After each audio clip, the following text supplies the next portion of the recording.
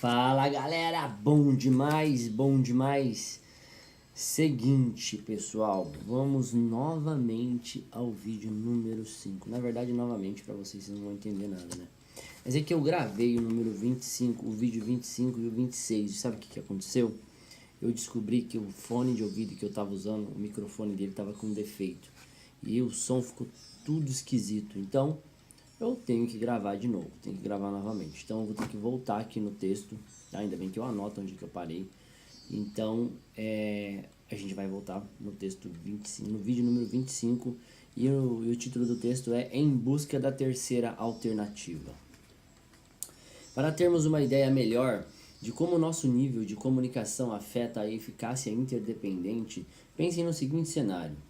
Chegaram as férias e o marido deseja levar a família para a beira de um lago, onde podem acampar e pescar. Isso é importante para ele, faz um ano que planeja a viagem. Já reservou um chalé perto do lago e alugou um barco. Seus filhos estão super excitados com a ideia. Sua esposa, contudo, quer usar as férias para visitar a mãe doente, a 400 quilômetros de distância. Como não tem chance de vê-la com frequência, isso é muito importante para ela. Essas diferenças podem dar origem a uma experiência altamente negativa. Os planos já estão feitos, os meninos super animados. Vamos pescar, diz o marido. Mas eu não sei quanto tempo ainda minha mãe vai estar conosco. Quero ficar um pouco ao seu lado. A esposa retruca. E esta é a única oportunidade de fazer isso. Esperamos o ano inteiro para tirar essa semana de férias. Os meninos vão se sentir péssimos, sentados na sala na casa da avó a semana inteira.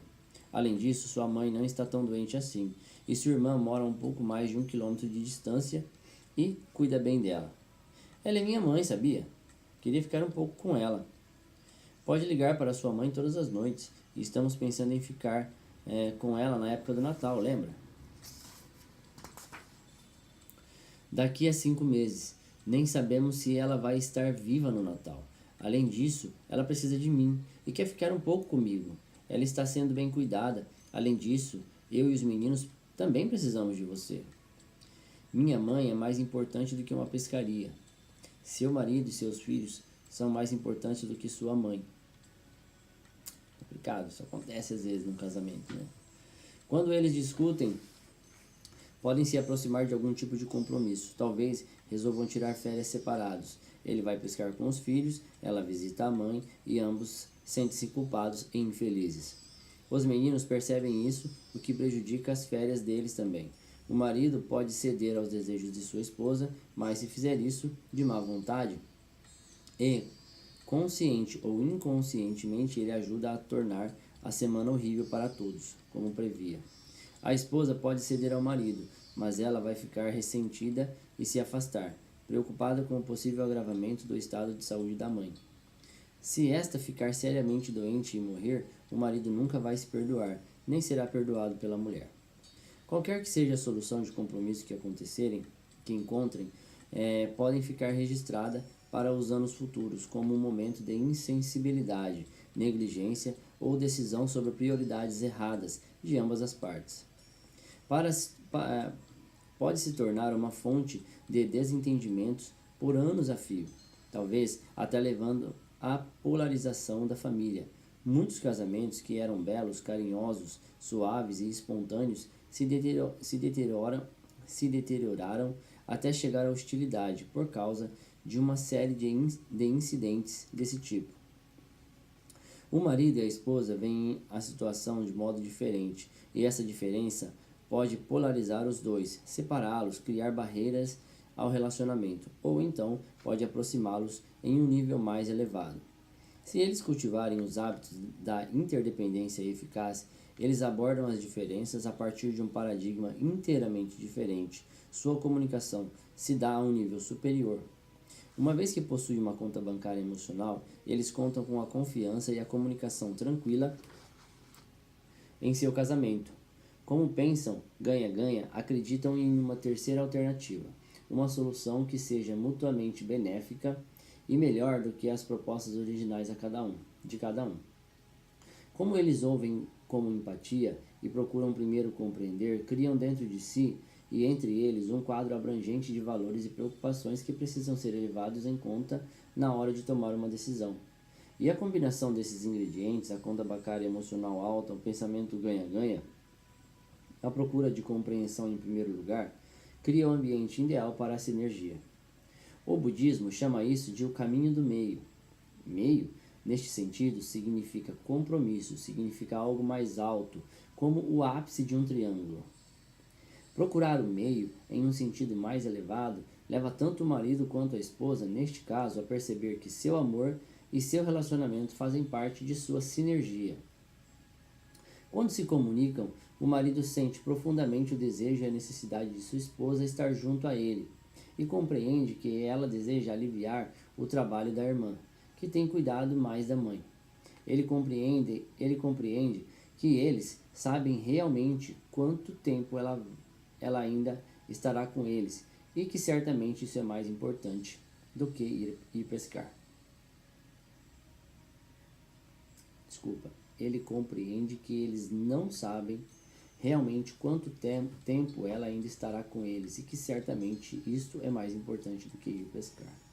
E a esposa compreende profundamente o desejo de seu marido de sair com a família toda, e dar a importância para que os filhos se divirtam. Ela recorda o quanto investiram em lições e equipamentos para preparar a expedição de pesca, e reconhece a importância de gerar boas lembranças ao lado deles. Assim, eles somam seus desejos. Não estão mais em lados opostos do problema, estão juntos, em um dos lados, olhando para o problema, compreendendo as necessidades, trabalhando para criar uma terceira alternativa que os satisfaça. Talvez possamos arranjar algum tempo para visitar sua mãe este mês, ele sugere. Posso ficar com as responsabilidades de casa durante o final de semana e arranjar uma empregada por uma semana, de modo que você possa ir. Sei que é importante para você fazer isso. Ou talvez possamos encontrar um local para pescar e acampar que seja perto da casa de sua mãe. Talvez não seja um lugar tão bom, mas ainda seria legal, e estaríamos resolvendo o problema. Evitaria também que os meninos ficassem trancados dentro de casa. Talvez até possamos planejar atividades recreativas com os primos, tios e tias, o que seria um benefício adicional.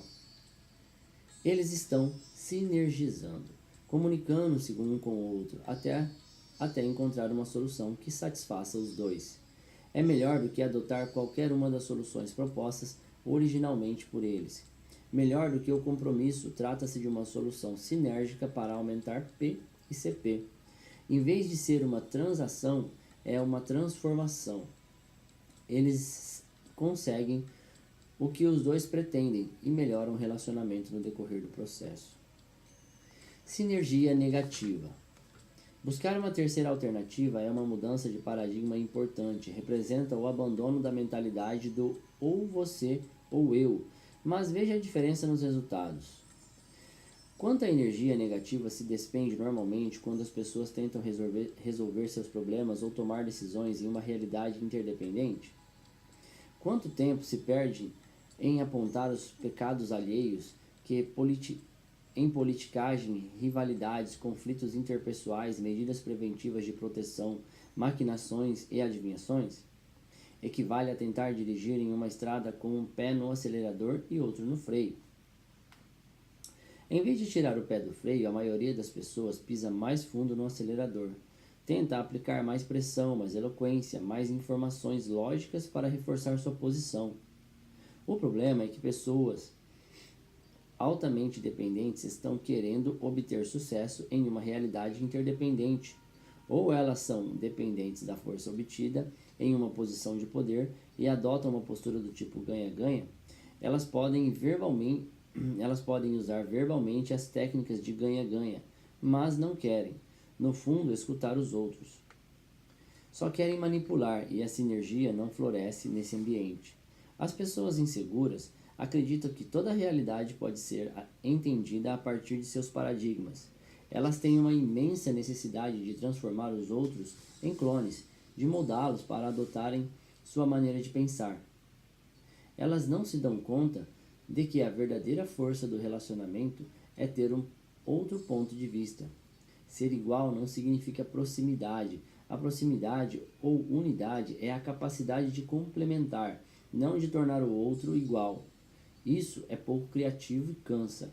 A essência da sinergia é valorizar as diferenças.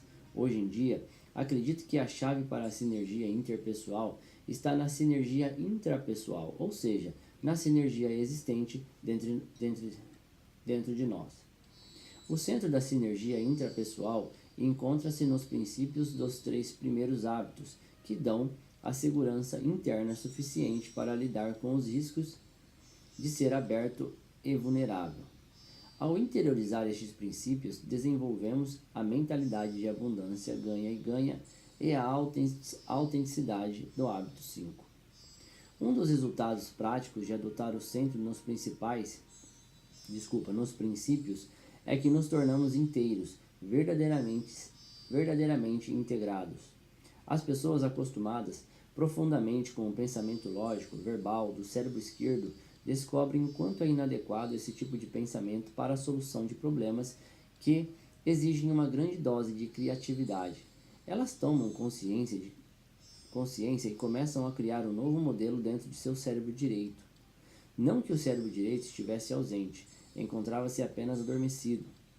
Seus músculos não haviam sido desenvolvidos ou, quem sabe, se atrofiaram depois da infância, por causa da ênfase no cérebro esquerdo, da educação formal e do meio social. Quando uma pessoa tem acesso ao cérebro direito, intuitivo, criativo e visual, quanto ao esquerdo, analítico, lógico e verbal, aí sim o cérebro inteiro está trabalhando.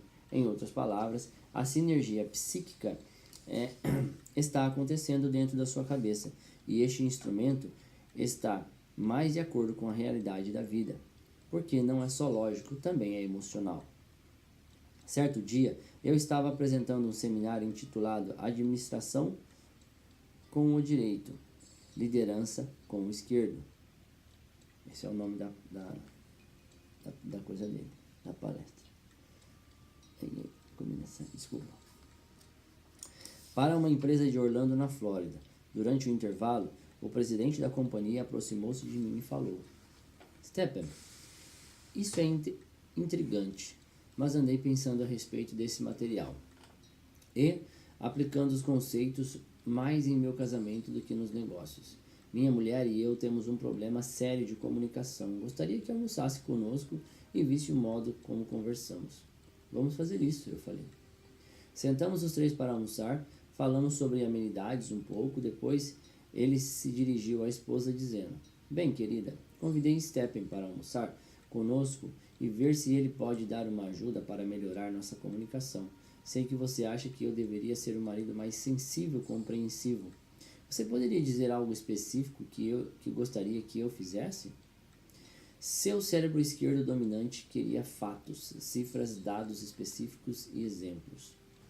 Bem, como eu já disse antes, não é nada específico, tem mais a ver com as prioridades, de um modo genérico.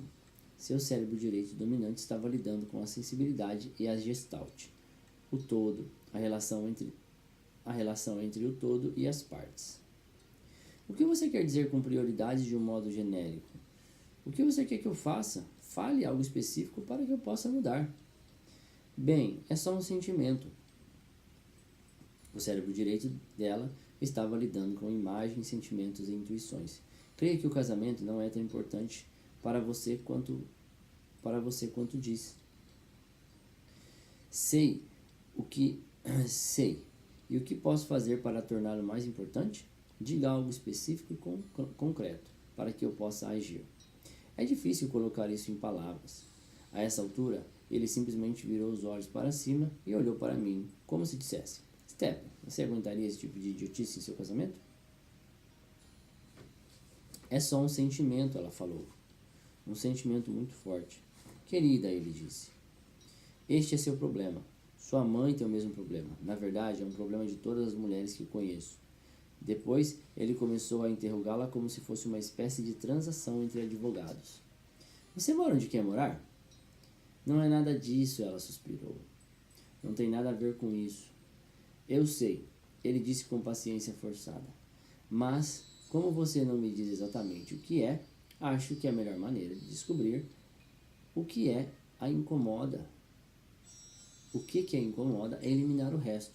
Você mora onde quer morar? Acho que sim.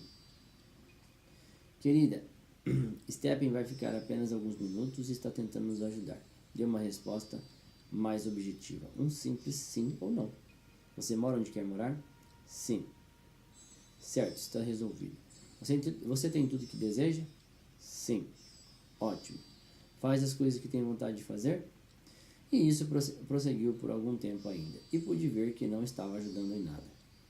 De forma que interrompi e disse: é assim que vocês se relacionam? Todos os dias, ele retrucou. É a história do nosso casamento, ela disse suspirando.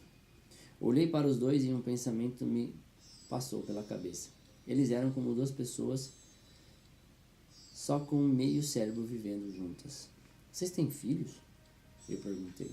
Sim, 2. É mesmo? Comentei incrédulo. Como conseguiram? O que quer dizer como conseguimos? Vocês foram sinérgicos, eu exclamei. 1 mais 1 normalmente dá 2, mas vocês fizeram... acho que não é hora de atender o telefone, normal. Depois eu te ligo. Depois eu ligo, tá? Desculpa aí, gente. Onde eu estava?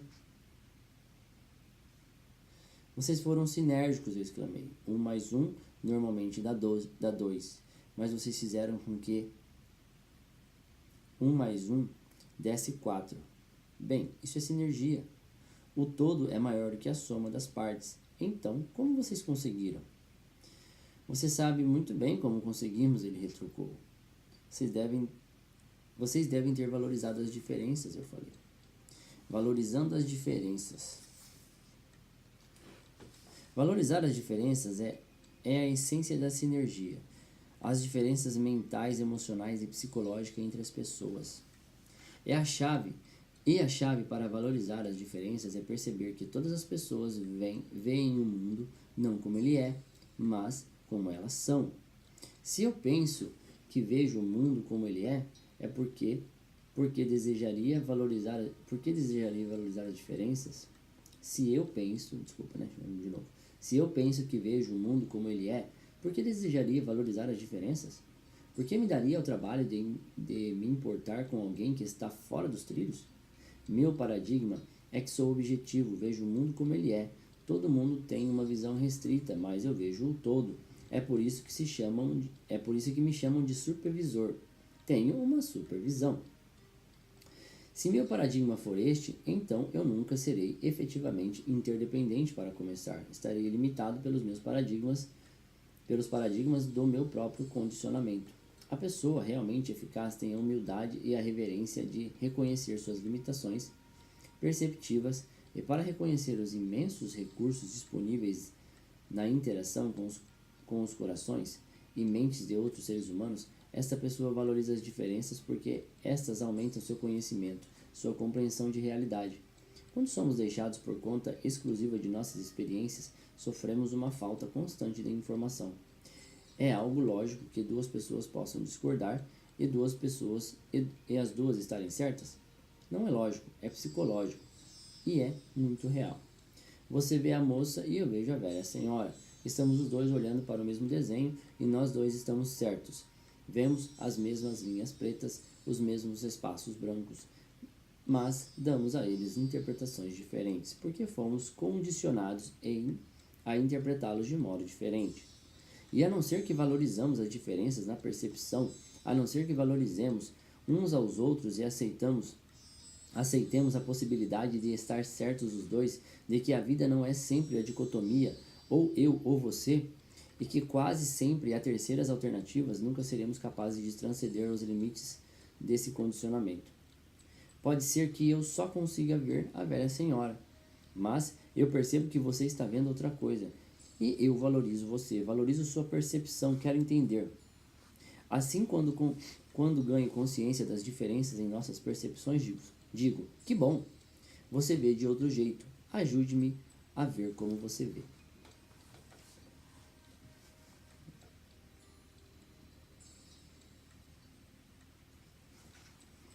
Se duas pessoas têm a mesma opinião, uma delas é desnecessária. Não me traz vantagem alguma a comunicação com outra pessoa que só vê a velha senhora como eu. Eu não quero falar, dialogar com alguém que concorda comigo. Quero me comunicar com você porque você vê de forma diferente. Eu valorizo essa diferença. Ao fazer isso, eu não só amplio minha consciência, como também contribuo para a sua afirmação. Eu lhe dou ar psicológico, tiro meu pé do freio e liberto a energia negativa que você pode ter concentrado para defender uma posição específica. Eu crio um ambiente sinérgico. A importância de valorizar as diferenças foi registrada em uma fábula muito citada, a chamada A Escolha dos Bichos, do educador Dr. R.H. Reeves. Uma fábula muito interessante, chama A Escola dos Bichos. Desculpa, não é a escolha, é a Escola dos Bichos. Era uma vez um grupo de animais que decidiu fazer algo de heróico para resolver os problemas de um novo mundo. De modo que fundaram uma escola. Adotaram um currículo de atividades que incluía corrida, alpinismo, natação e voo. Para tornar mais fácil a administração, todos os animais participaram de todos os cursos. O pato era excelente em natação, na verdade, melhor do que o professor, e conseguiu boas notas em voo. Mas não se deu bem em corrida, porque ele era muito lento na corrida. Precisou ficar após as aulas para praticar mais, inclusive abandonando a natação. E manteve este esquema até que seu pé de pato ficou muito machucado e ele no máximo conseguia nadar um pouco, dentro da média. Como ele estava dentro da média, de acordo com o objetivo da escola, ninguém se importou com o problema. Fora o próprio pato. O coelho começou em primeiro lugar na aula de corrida, mas sofreu um colapso nervoso por causa das dificuldades com a natação. O esquilo mostrou-se excelente em alpinismo, mas ficou frustrado com a aula de voo, porque seu professor o obrigava a começar do chão, sem permitir a decolagem do alto das árvores. Assim, também passou a sofrer de cãibras por excesso de esforço físico e acabou tirando C em alpinismo e D em corrida.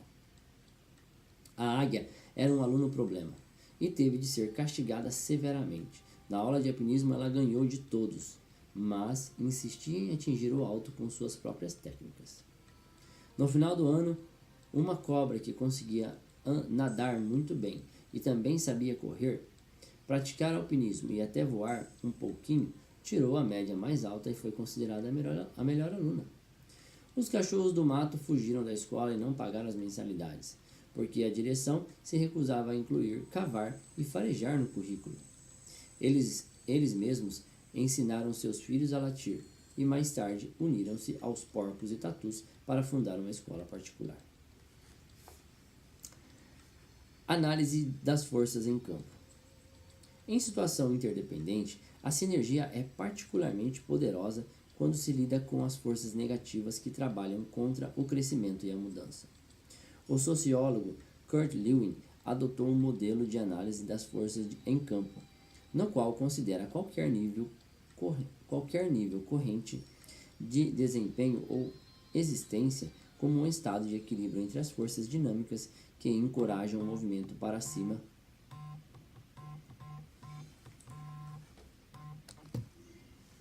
Hoje o pessoal quer falar comigo.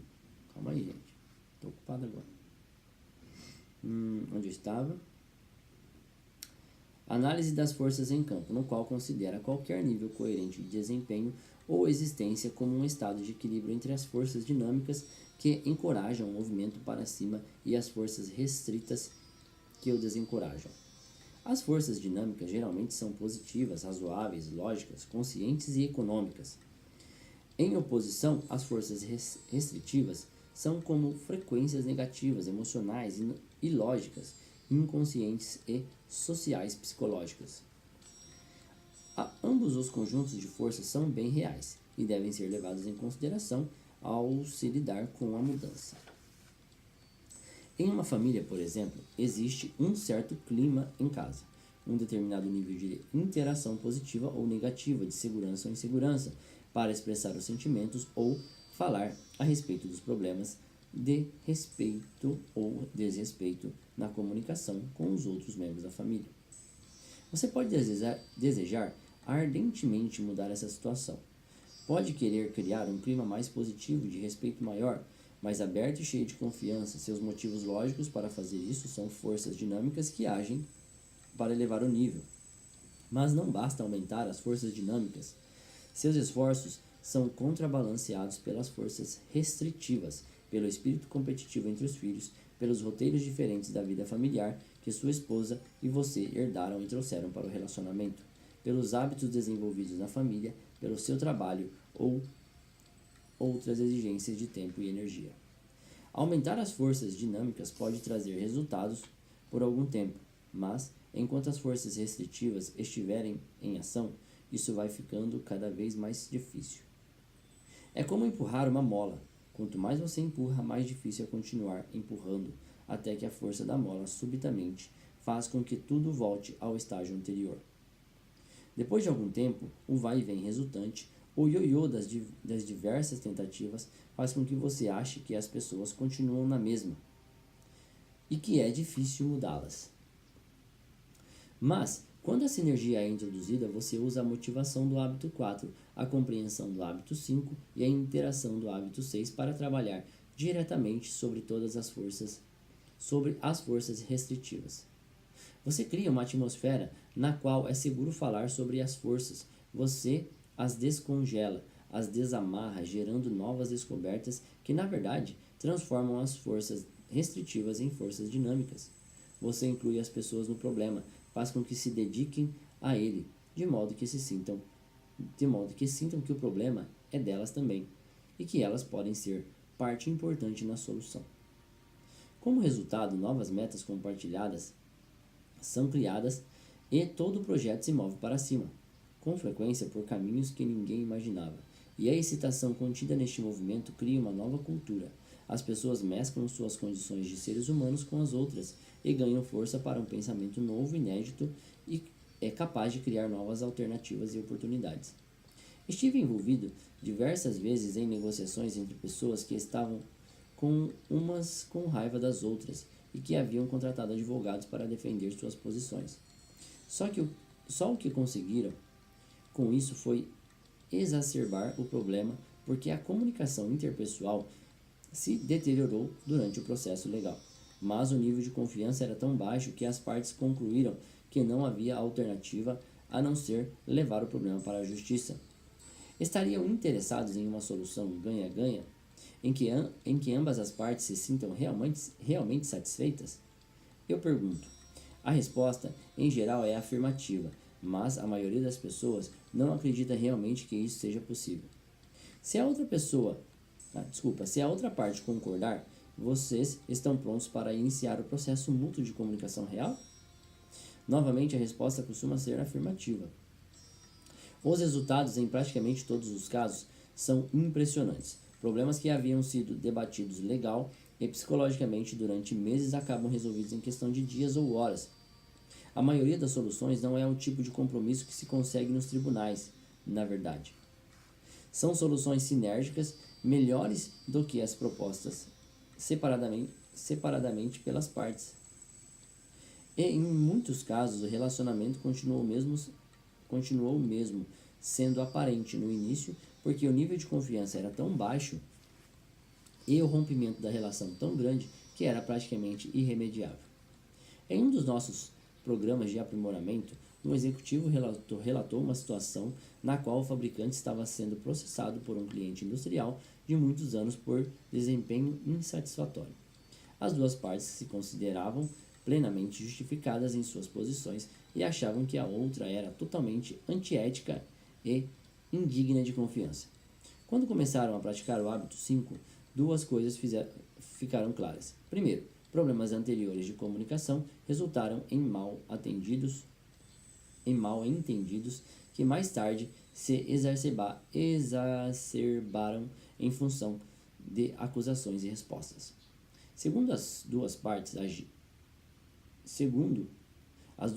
agiram de boa fé no começo e não estavam gostando da perda de tempo e dos custos de uma batalha jurídica, mas não viam outra saída. Quando essas coisas ficaram claras, os espíritos dos hábitos 4, 5 e 6 tomou conta da situação e o problema foi rapidamente resolvido. O relacionamento continuou a prosperar. Em outro caso, recebi um telefonema matinal de um incorporador imobiliário que precisava desesperadamente de um auxílio. O banco queria executar uma hipoteca porque ele não estava fazendo os pagamentos dos juros parcelados do principal na data correta, e ele estava processando o banco para evitar a execução. Ele precisava de recursos adicionais para terminar e comercializar o empreendimento, de forma a pagar ao banco, mas este se recusava a fazer novos empréstimos até que os pagamentos atrasados fossem feitos. Era o problema do ovo e da galinha, da falta de capital. Neste meio tempo, o projeto ficou abandonado. As ruas do loteamento começavam a parecer um matagal e os proprietários das poucas casas vendidas, estavam em pé de guerra, vendo o valor de seus imóveis desabar. A prefeitura também estava descontente vendo um projeto de primeira linha se atrasar e se tornar um incômodo. Dezenas de milhares de dólares de despesas legais já haviam sido gastas pelo banco e pelo incorporador, e o caso não seria julgado nos próximos meses. Desesperado, o empresário concordou relutantemente em tentar os princípios dos hábitos 4, 5 e 6. Ele marcou uma reunião com o pessoal do banco, ainda mais ressabiado. A reunião começou às 8 da manhã, em uma das salas de conferência do banco. A tensão e a desconfiança eram palpáveis. O advogado do banco havia sugerido ao pessoal que não dissesse nada. Estavam todos ali para ouvir e apenas o advogado falaria. Ele não queria que acontecesse nada que pudesse comprometer a posição do banco nos tribunais. Durante a hora e meia inicial, eu falei sobre os hábitos 4, 5 e 6. Às 9h30, fui até o quadro negro e registrei as preocupações do banco, a partir da compreensão anterior. Inicialmente, os funcionários do banco ficaram quietos, mas quanto mais transmitíamos as intenções ganha-ganha e procurávamos primeiro compreender, mais eles se abriam para explicar e esclarecer. Quando eles começaram a se sentir compreendidos, a atmosfera geral mudou. Em um senso de urgência e de excitação com a possibilidade de uma solução pacífica para o problema, ficou evidente. Apesar das objeções do advogado, o pessoal do banco se abriu mais e mais, incluindo até suas preocupações pessoais. Quando sairmos daqui, a primeira coisa que o presidente vai perguntar é: conseguiram reaver o nosso dinheiro? E nós vamos responder o quê? Às 11 horas, os funcionários do banco ainda estavam convencidos que tinham razão, mas percebiam que estavam sendo compreendidos e abandonaram sua postura defensiva e formal. A esta altura, estavam suficientemente abertos para ouvir as preocupações do incorporador, que foram registradas na outra ponta do quadro negro. Isso resultou em uma compreensão mútua mais profunda e na conscientização coletiva do quanto a comunicação deficiente anterior resultara em mal-entendidos e expectativas irreais, e como a continuidade da comunicação dentro de um espírito ganha-ganha poderia ter prevenido os principais problemas que foram surgindo depois. A sensação compartilhada por todos de que havia dores agudas e crônicas, mas também progresso genuíno, manteve todos em contato. Ao meio-dia, hora marcada para o final da reunião, as pessoas estavam tomando atitudes positivas, criativas e sinérgicas, e queriam continuar conversando. A primeira recomendação feita pelo incorporador foi vista por todos como o início de uma abordagem ganha-ganha. Recebeu uma carga sinérgica e melhorada. E às 12h45, o incorporador e 2 funcionários do banco haviam elaborado um plano para apresentar à associação de proprietários e à prefeitura.